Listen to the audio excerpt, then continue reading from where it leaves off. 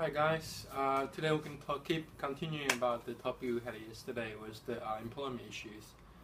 So what's the difference between how do you determine when to hire a full-time or contractor employee?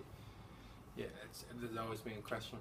So how we gonna determine is that we based on the needs of the company, the urgency, you know.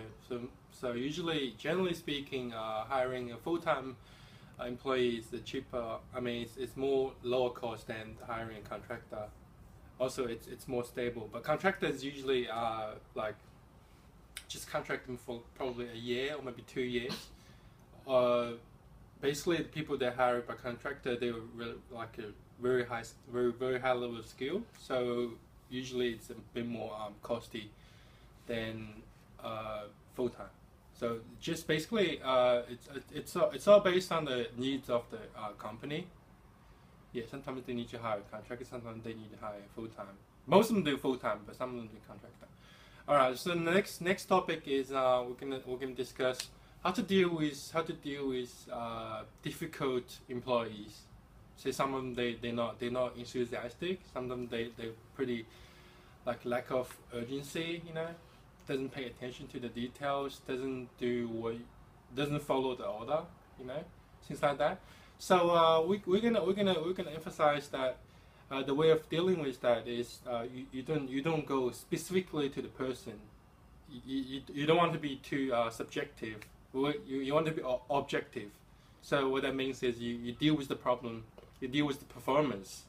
You don't actually go after the person. So make them feel like you really like you pay special detail attention on them. You want to do that. Yeah, and there's another one that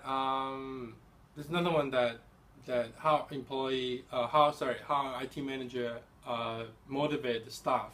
It's really important because motivation is about like it is about productivity usually. So the team that has highly motivated usually produce more productivity, which is really important for companies. Yeah. So how to motivate them is that you tell the staff how the business runs. You give them a bit more detailed information about the company, about the organization, and sometimes you give them a little bit shares of the company, say the stock value, give them a bit of that. So that makes them feel like they are part of the company. So they work really hard. They're not working for you, but they work for themselves. It's sort of feeling like that. And I think that's all. Thank you very much, guys.